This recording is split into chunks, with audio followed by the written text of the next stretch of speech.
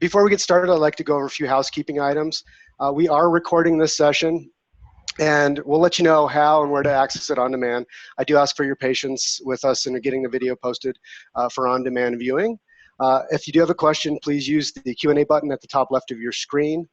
And if for some reason you're not able to see the screen content in its entirety, if you're not in full screen mode, you can actually go up to the options, which is at the top of your screen, and select Fit to Window.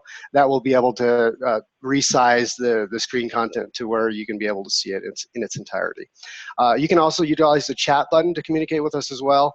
I'll be fielding most of the chats, while my colleague and fellow Colorado Distance Learning Association board member Roger Campbell will be moderating today's webinar. I'd like to thank Roger, his employer Video Guidance, for co-sponsoring today's webinar. And I also like to thank Focal Point and our presenter, Dana Satterwhite, most importantly. I do want to mention that the Colorado Distance Learning Association board is finalizing plans for our annual conference, which will take place on April 28th, 2016 at CU South Denver, which is also known as the Wildlife Experience. The event promises to be a good one, and we're really looking forward to it. Just kind of tweaking the program a little bit, and we'll have registration open hopefully by mid-February. That's my goal with that. With that, I'd like to hand it over to Roger and talk about kind of how we talked about doing this webinar and introducing Dana and kind of go from there. Thanks, Duncan. I'll have to apologize in advance for my voice, having been in Super Bowl town, Denver. Me too. Yeah, it's a little rough on the voice, so you're not going to hear much from me.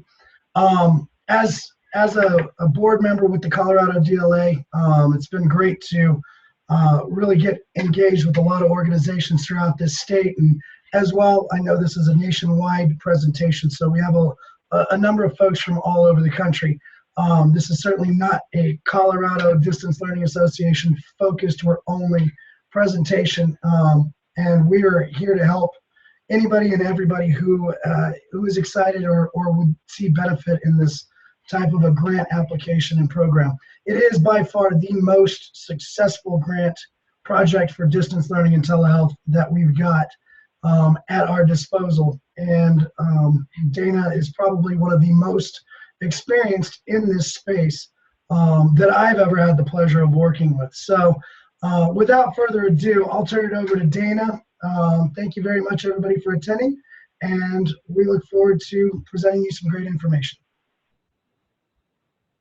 Wonderful. Thank you, Roger, and thank you, Duncan, for having me.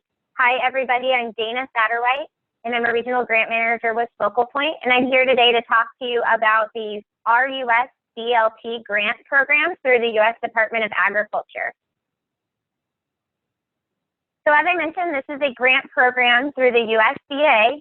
RUS stands for Rural Utilities Services, and DLT stands for Distance Learning and Telemedicine. As Roger mentioned, this is one of the best programs for helping you acquire equipment and technology needed to achieve your distance learning and or telemedicine goals for your organization. The award for this grant funds up to $500,000 in federal funds per applicant. This year, we anticipate that the USDA will have about 88 awards available for this round due March 14th. So we are just about a month away from the due date, which means if you're interested in this round of funding, the time to move on it would be right now, but you do still have time to compete for this round of funding. We do see this grant almost every year. So if this is something that you're interested in but don't have the bandwidth to look at for applying this year, we hope and expect to see it again next year. As you can see on the slide, eligibility for this grant is actually fairly broad. You can be a for-profit or not-for-profit organization, hospital, rural health clinics, health associations, a state or local organization or government, colleges, universities, and tribal entities. They really don't have a ton of restrictions on who can apply.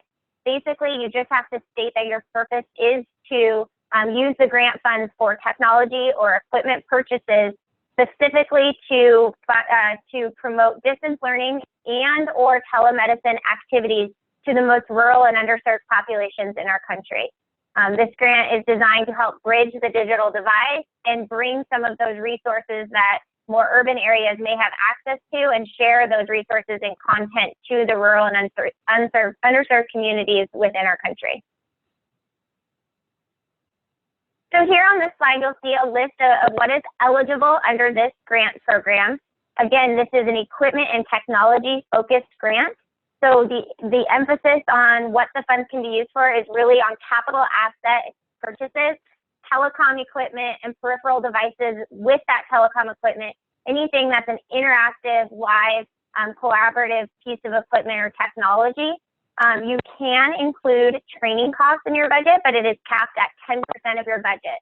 So it really is focused on the acquisition of that equipment or technology needed to present content and services through distance learning or telemedicine.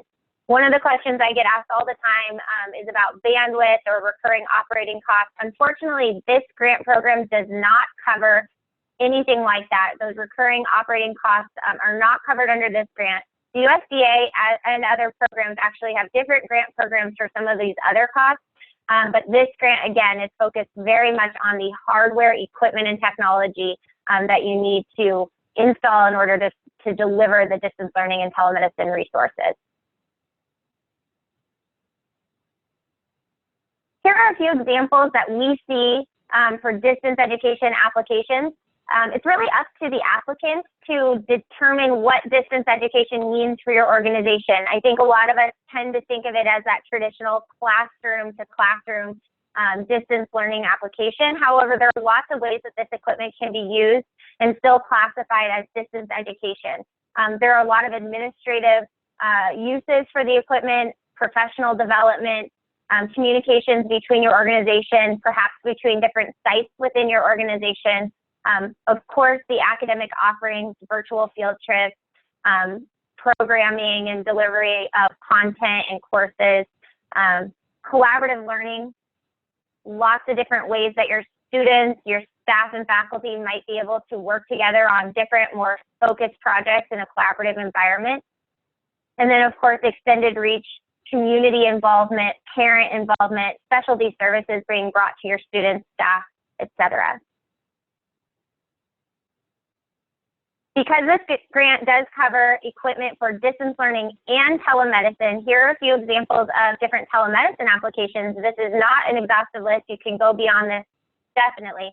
Additionally, you could also look at an application that does both distance learning and telemedicine. You do not have to pick one of these categories. You can do a project that has both of these elements. And in fact, that might actually strengthen your argument for why the equipment is so needed in your organization and your community if you have all of these different purposes for its use.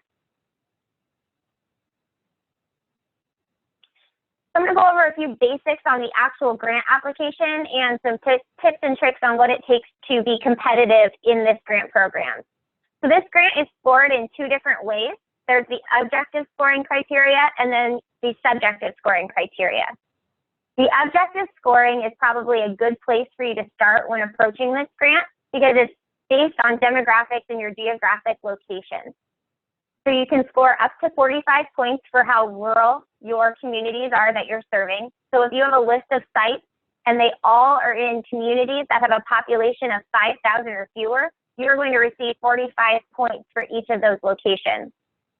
As you scale to larger communities, those points go down in your rurality.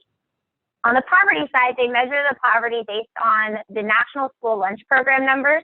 So wherever your physical location is, you look at the school district in that same location, and that's where you get those poverty numbers, is that school district's National School Lunch Program participation numbers. If you're a school or connecting directly to a school, you use that individual school's National School Lunch Program numbers. If you are not connecting directly to a school, but a separate facility within that school district, you can use the school district average for your National School Lunch Program numbers. This grant requires matching funds. In order to be eligible, you must do a 15% match. However, when you start gaining points towards your objective score, you actually would leverage with higher amounts of match at different percentages to get to that full potential 35 points. So that 15% required match actually won't give you any points towards your score. It is simply what you have to meet in order to apply. Once you hit a 30% match, a 50% match, and a 75% match, you start getting incrementally more points toward your objective score. And the last component to the objective scoring criteria is called special consideration. And there are 3 different ways that you can access those points, although you can only access one of these categories for a total of 15 total points possible. And that's if you have one or more of your locations located on trust or tribal land, or if one or more of your locations is located in a strike force county, or if one of your locations is in a promise zone. And at the end of this presentation, I have a few links to some of those websites that show you where those zones are located. You may also request additional points toward your poverty score if your average NSLP number is less than 50%.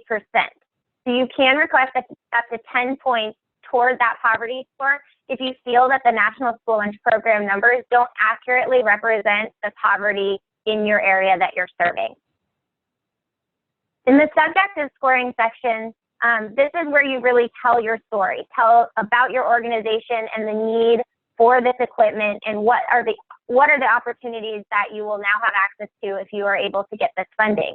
So that's really in your needs and benefits section, which is up to 45 points. So it's a very important section for you to really explain why this equipment would be so beneficial to your organization and the communities you're serving. In your cost effectiveness section, which is up to 35 points, you talk about how using this kind of technology will help your organization become more cost effective as a whole, and how you might save dollars in other areas of your operating costs because this technology will make things easier and more cost efficient.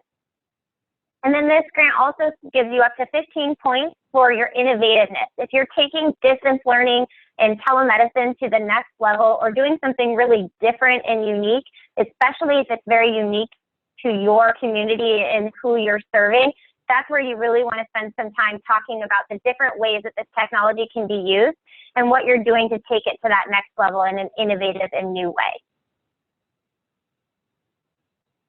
A couple other sections of the grant that do not get you any points but are absolutely required as part of your overall application are the Telecommunications Plan.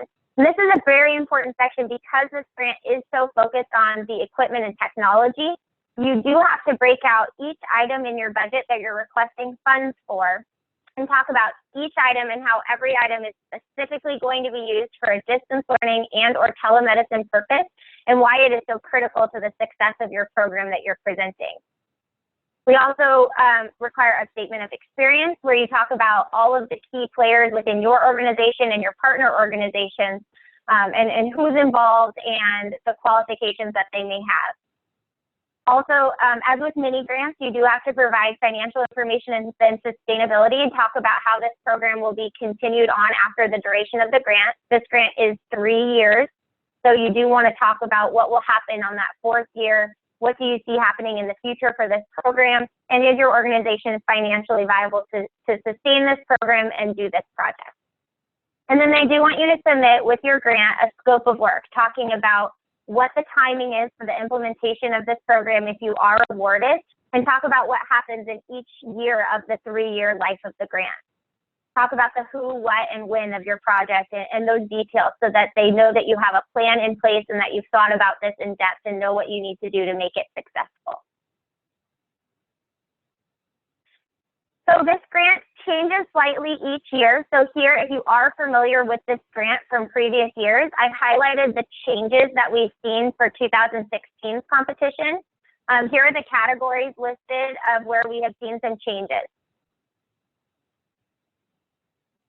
So historically, you have been able to submit a request that includes 3 years of annual maintenance on the equipment you're requesting funding for. However, in this current year of funding, they have declared that annual maintenance is no longer eligible in the grant guidelines. So that's an important thing to note, and something to consider when you're talking about the budgeting and sustainability. Additionally, in previous years, they have always stated that cloud services are ineligible. They had originally posted it on the DLT website, and so for this year, we just wanted to clarify that we had asked the USDA for clarification on that, and they did say again that cloud services are ineligible. So that's a big question that we get a lot when it comes to this grant. They are very focused on the technology and the hardware aspect, so cloud services are not allowed in this grant.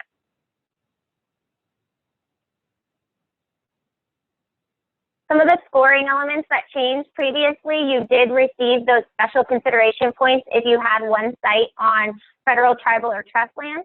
However, this year, as I just talked about, they have extended the opportunity for organizations to access that special consideration category and those points if you now also have a rural promise zone or a strike force community. So now it is not limited to having a site on trust or tribal land, but you actually can get those points if you have either a promise zone or a strike force community in your list of locations. Again, you can only use one of those categories for the 15 points. You can't add them all together.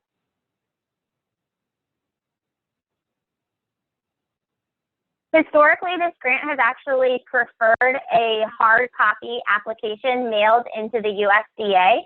This year, they're actually promoting an online submission. So this is a huge time saver and cost saver for applicants. It used to cost a lot. You used to have to put together 3 giant hard copy notebooks and mail them in.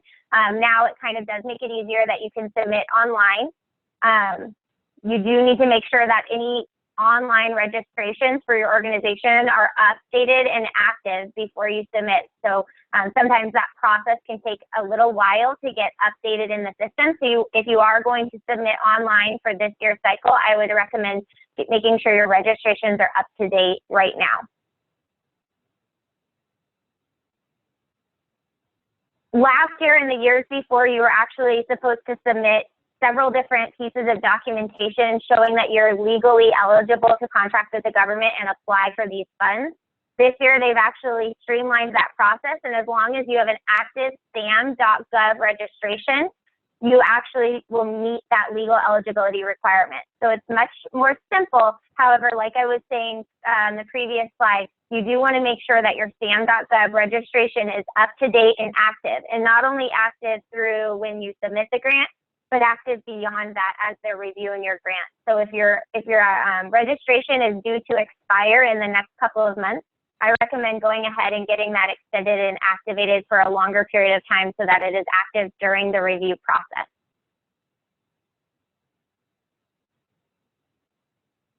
Changes to leverage. Last year and a couple of years before that, they did allow what's called vendor match, which means third party and other manufacturers or organizations can donate equipment or technology as matching funds toward your project. This year, it is important to note that that is no longer eligible. So the matching funds do need to either be from your internal organization or from a donated source. They just cannot be from a manufacturer or a vendor donating items toward your project as match. Something else to note, the guidelines state for the match, the point structure is at 15%, 30%, 50%, or 75%. However, they say that it must be above those thresholds in order to receive any points toward your score. So our recommendation is to always hit 31%, 51%, or 76% in order to access those additional points toward your score. This grant does allow for cash or in-kind toward your match.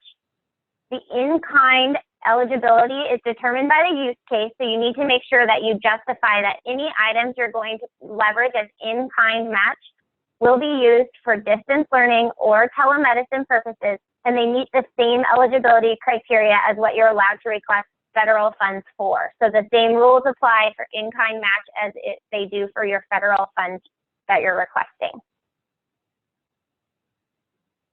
Here are a couple of do's and don'ts when going through the application process. As I mentioned before, go through the paperwork requirements first. Sometimes those can be the most challenging to get completed, and find the right person within your organization who has the information. Again, that SAM registration is really important, especially because that's now also tied to your legal eligibility. You don't want your grant to be disqualified on one of these paperwork items. So I suggest looking at all of those requirements first and getting those figured out, and make sure that you know that you have everybody within your organization helping you with the right identification for your organization online and in that grants.gov and SAM.gov registration account. If it's something that when you go for federal funds, you need board approval, I suggest getting on your board meeting agenda immediately so that you can not only get that board approval, but also include that approval documented in the meeting notes in your grant to show further support for the project.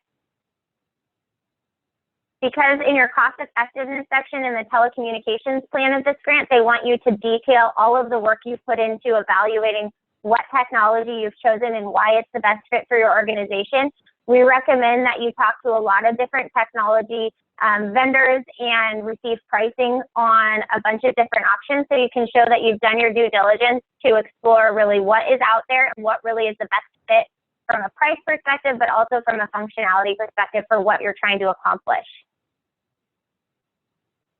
And then the more community involvement that you can show and document in your grant, the more support you're showing for those needs and benefits that you're documenting in that needs and benefits section from the community, from your organization, from your students, your patients, your staff, faculty, et cetera. So if you have a committee created that's focused on your distance learning or telemedicine initiative, we want to talk about that in your grant proposal. We want to hear if you've sent out surveys asking teachers or staff members what things would be helpful from a technology perspective and get those notes back to show support for the project overall.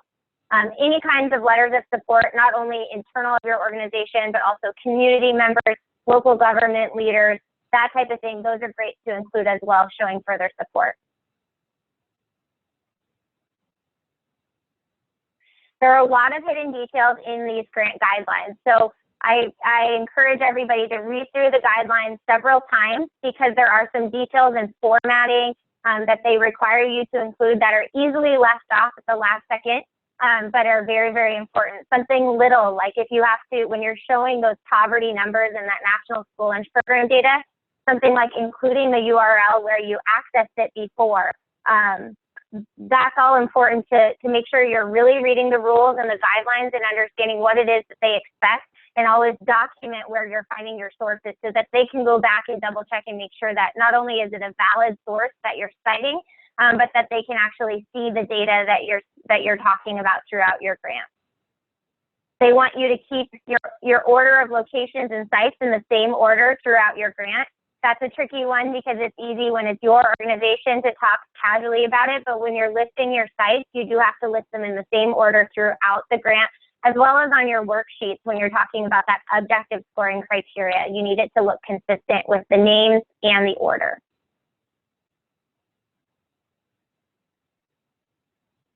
Because this grant has been around so long, you want to really talk about the new and different ways that you might use this technology for distance learning and telemedicine. Distance learning and telemedicine are no longer new and inventive concepts. So you want to make sure that you're highlighting what's unique about your organization, your community, the people that you're serving, and then also the different ways that this technology is going to help you, and not limit it to just focusing on one small program, but talking about all the different programs that might be affected and impacted positively by the acquisition of this technology. So dream big. You want to talk about all the ways it will be leveraged and used and the different ways it will impact your community. We touched on this a little bit before with the changes in leverage for this year, but match eligibility is a big thing that holds a lot of people up. And the biggest thing to remember is that the same eligibility criteria apply for your matching funds as they do for what you're asking for federal funds for. So because it is so specifically focused on technology and equipment in this grant, you want to make sure that your in-kind match matches those same rules. You do have to talk about each item, including your in-kind match, in your budget. So you want to make sure that everything you're talking about is always focused on how it's going to be used for distance learning or telemedicine purposes. And that's the way you'll be able to leverage in-kind match.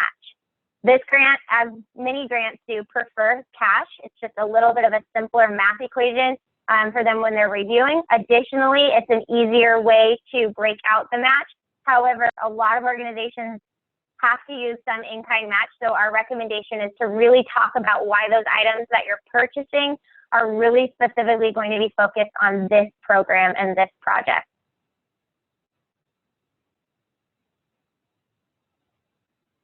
Again, I can't say this enough, read the guidelines. through from beginning to end. They have a lot of detail in there on what they require you to submit, and make sure that you're hitting all of those small details in terms of formatting and citing your sources. We've seen a lot of projects that are beautifully pulled together and written really well that forgot very small details of required information and unfortunately can be disqualified. So really encourage you to look at all of the fine print and those required details.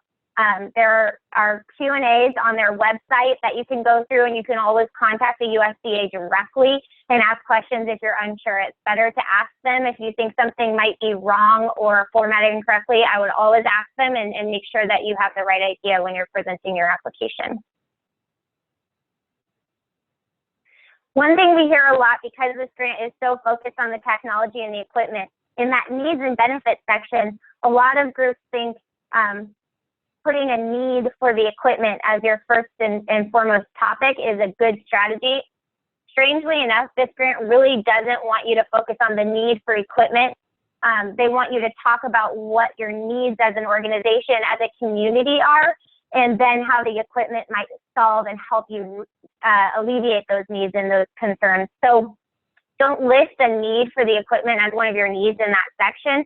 List the different needs you have as a community, and then the equipment can be the way that the solution is delivered.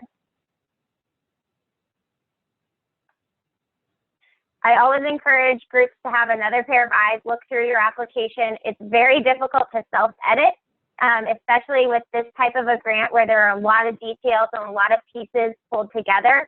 It's always helpful to have somebody, especially somebody outside your organization, to read through your application and make sure it makes sense to them, because you want to make sure the reviewer coming in and reading your application for the first time understands how important this initiative is to you and that it all makes sense and flows nicely together. My contact information is listed here. My organization helps other companies and organizations look for funding. This grant is one that I have a lot of experience with, and our team does. So if you have follow-up questions or would like to talk to us about how we can help you with your application, I would love to hear from you. And then, as I mentioned, here are a list of resources available. The main DLT website is one that I recommend going to. It has a lot of helpful links and information on who to contact, Q&A, the guidelines, examples from previously funded programs, that type of thing. So please reach out to them at the USDA for specific questions. Reach out to me if you would like some additional help, and then spend some time on that website and explore what options are out there for you and your organization. I'd love to answer some questions if anybody has any at this time. Hi, Dana. We don't have any coming in. First of all, want to encourage people to submit their questions. I actually have a question for you as we were going through. Could you define strike force and promise, was it promise zone? And what is the relationship between those and the grant itself?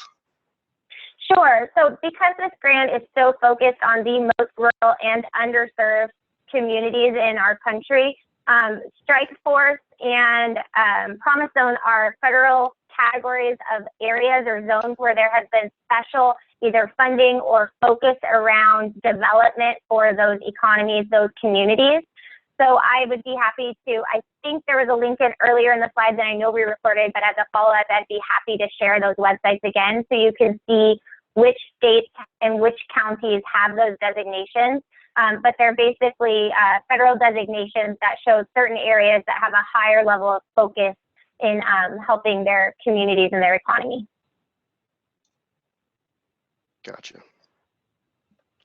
Anyone else? Any open questions? I'm not getting any in yet. So, hey, Dan, this is Roger. That is interesting. How are we overcoming some of the maintenance and annual contracts being incorporated with not being eligible? Honestly, I think, it depends on the vendor and the manufacturers that you're looking to acquire the equipment from and how they package their equipment. I would almost always recommend applicants to go directly to the USDA once they've identified what they're hoping to purchase with the grant funds. and ask them about this. Some companies have equipment that comes with a standard warranty. Something like that should, in theory, be eligible. Again, it's something I would always ask on a case-by-case basis to the USDA, because this is something new to the program. So it kind of varies, and I apologize if that's a little bit of a vague answer, but they typically, used to approve it, and now that they don't, it's something for every applicant to consider in terms of the cost for operating and going beyond, especially the 3 years of grant funding. But implementation, training, and user adoption services are eligible, correct? Correct. Training there's a cap, so that 10% of your budget is what you can spend on training. Implementation, you can include, and I'm sorry, what was the third? User adoption. It's yeah. Yeah, I think usually they probably categorize that in the same bucket as training, just making sure that everyone's comfortable with the equipment, knows how to use it, and then knows how to integrate it into day-to-day activities.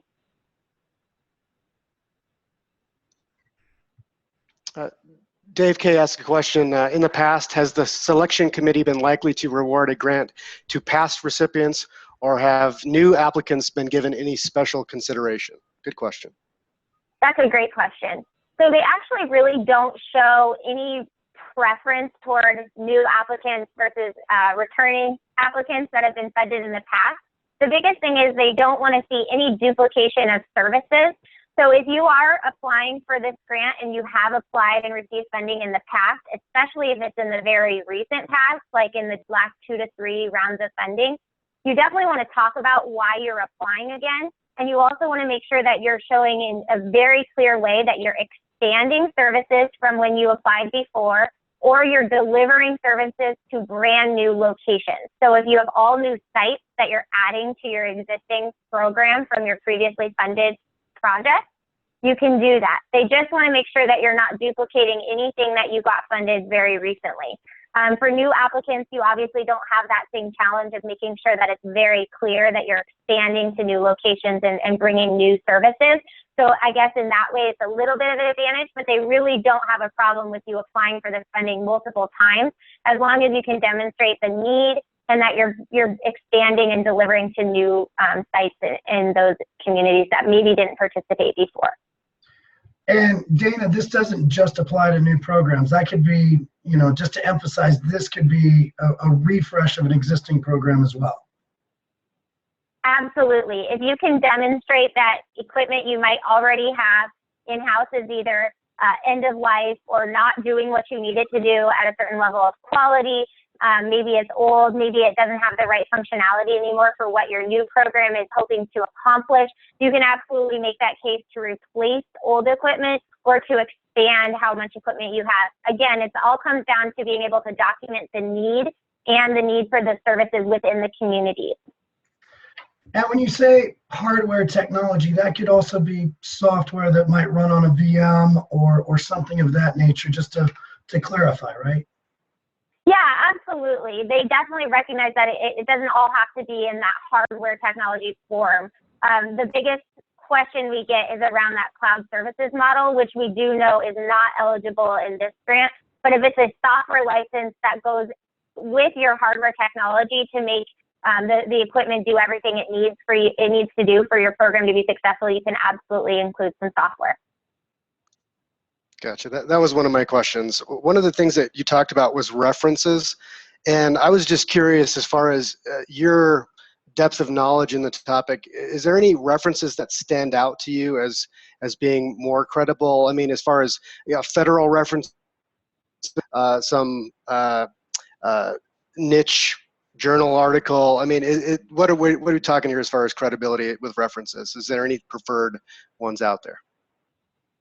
I may need a little more clarification on the question in terms of what you mean by references. If you're talking about, past success stories that, you can go to the DLT website and see what other organizations have done in the past successfully, that's a great place to start. If you've been funded by other grant agencies outside of the USDA, those are great to bring up as well within your application. Duncan, maybe I'm missing a little bit of part of your question there. Let me rephrase. So specifically with regard to whether or not I'm in a poverty area, or where am I getting that data? Sure. Regarding So references yeah, for justification. absolutely. So a lot of data can be found at the U.S. Census website or American Fact Finder. A lot of those resources and places to look for data to support your project actually will be on that DLT website. And they'll walk you through, from an objective scoring category, they'll walk you through how to document it appropriately by what they want in the grant. For rurality, they do want you to use the U.S. Census data to show the population of your communities. For poverty, they want you to show the National School Lunch Program. Each state usually has a Department of Education website linked to those National School Lunch Program reports. However, if you're working as an individual district, you probably have actually even more accurate data and more real-time data. What you do need to include is something on official school district letterhead that shows that this is the accurate data. Or if you're using that publicly posted state report for the National School Lunch Program, you want to make sure you include that URL showing where you got the data so they can know that it's from an official Department of Education source or an official state source. So yeah, when I say references, a lot of those instructions will be on the DLT website and in the guidelines. But basically, they want to make sure that where you're getting your data is somewhere that is a credible source and a site that they can go back and check your references. Does that help, Duncan? Absolutely, that definitely answers the question. I got one more question. You have been involved in, or have you been involved in sharing results and evaluation of programs that have been implemented? And so the person asking the question is interested in lessons learned as a part of a grant narrative. Yeah, absolutely. So depending on who wrote the grant, we always want to ask permission for that funded applicant before we share any success stories. So that might be a good follow-up. I'd be happy to talk individually to any organizations interested in hearing directly from funded applicants that I've worked with, but usually that's something I wouldn't share without their permission. So with this being very, very technology and hardware focused, let's not overlook the idea that we also have expertise in some other avenues, FCC orders, that can also help fund some of the network connectivity as well. So just because it doesn't cover the connectivity, don't be afraid to reach out to us and ask the question, how can we maybe get some of that highway built so that we can leverage this technology to the fullest extent? Yeah, absolutely. We can help direct you to other funding programs, federal, also state level or local foundations. A lot of local foundations might actually support that part of your project if they hear about what good it might do for your community. So while this grant won't cover those costs of bandwidth or recurring operating costs or personnel or salaries, it could be possible that we look at other funding mechanisms to help complete that picture. This is the grant to get you the equipment and technology to do this, and then there might be other grants or other funding avenues we can explore to get some of those other aspects to your project completed.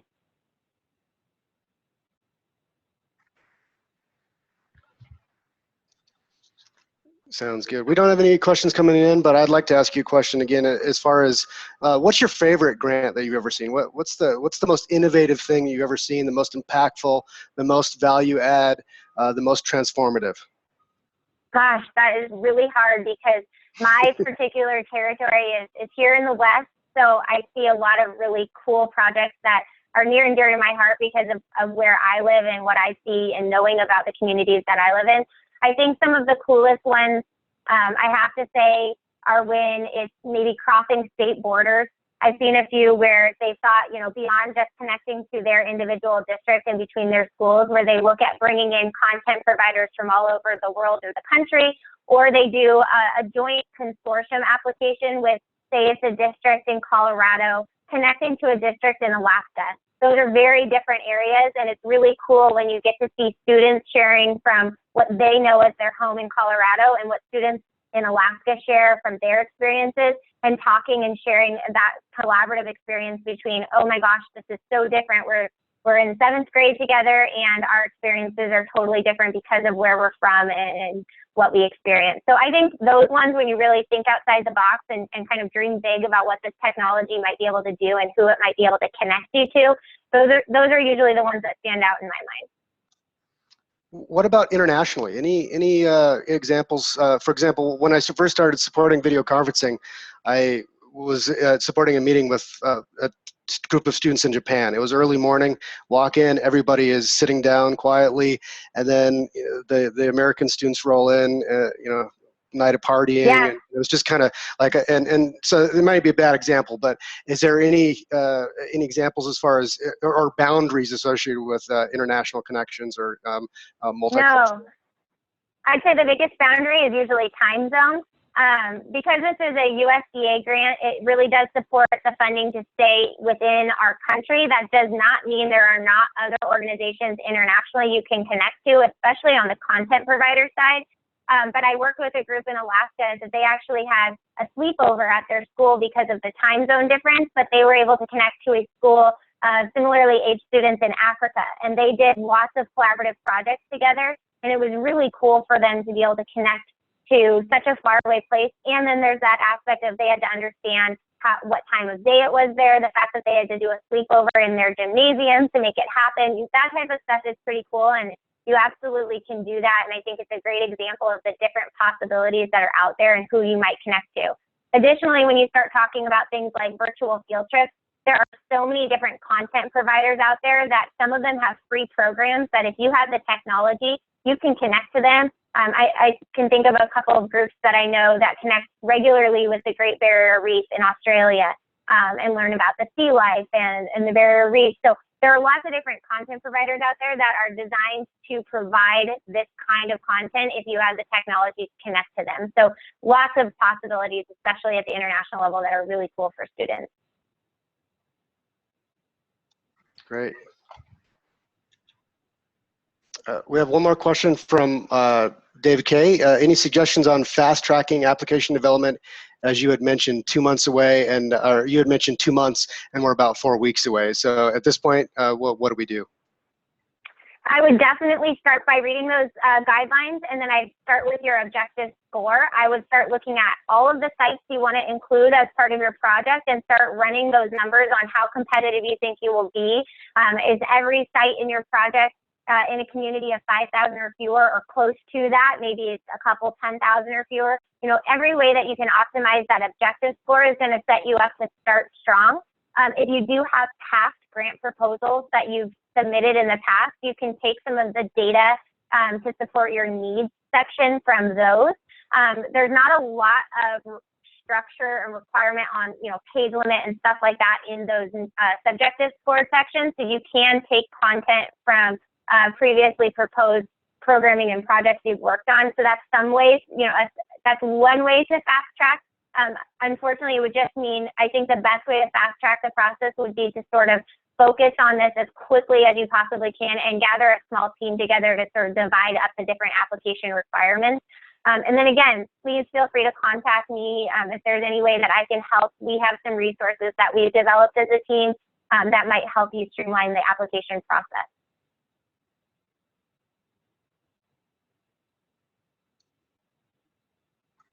And I'll just add, I don't want to scare anyone with that 1 month away. I think you're still in okay shape to pursue the grant for this round. So I think it's absolutely doable, especially if you start focusing on it right away. 1 month is plenty of time as long as you have the bandwidth to start looking at the application now. And worst case scenario, if we do start the discussions now and we cannot get it submitted, there's nothing stopping us from doing the next round. Absolutely. Is anyone out there with any more questions for Dana?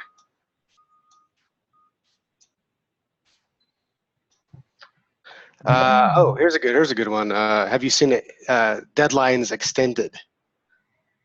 I've never seen the deadlines extended. And in fact, unfortunately, they used to actually only give us 45 days. So this year they gave us 60 days. So I have a feeling they're not going to be very flexible. Gotcha. Good questions. Well, Thank you, everybody, for attending. I'll kick it back over to Duncan and Dana. Awesome job. I really appreciate the content, and thank you so much for your time. Thanks for having me, Duncan and Roger. Thanks, everybody, for joining. Thank you. We really appreciate the information. And just again, anybody have any questions for either Dana or Roger, please let them know. And if you need us to have you put in contact with them, you know, we can make that happen as well. So the webinar is going to be recorded. We're going to get that posted. When, I'm not exactly sure, but we'll try to get that posted as soon as we can, and then send out a link to those who registered. So awesome. With that, I think we're going to give you 15 minutes back, but really appreciate your time, Dana and Roger. Thanks for your help with putting it together, and it's been very valuable and great. Thanks. Thank you, everybody. All right. Take care. Take care. Bye. Bye.